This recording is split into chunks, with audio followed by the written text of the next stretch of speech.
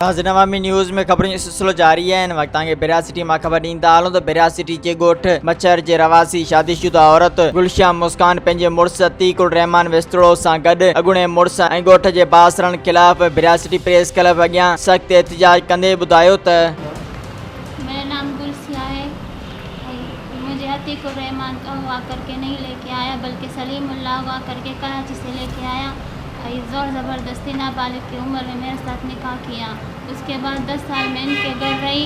میرے ساتھ مسلسل ظلم کرتے رہے اور مجھ سے آتے تو ہمیں مارنے کے لیے آ جاتے ہیں. ان میں گاؤں کے بڑے لوگ بھی شامل ہیں.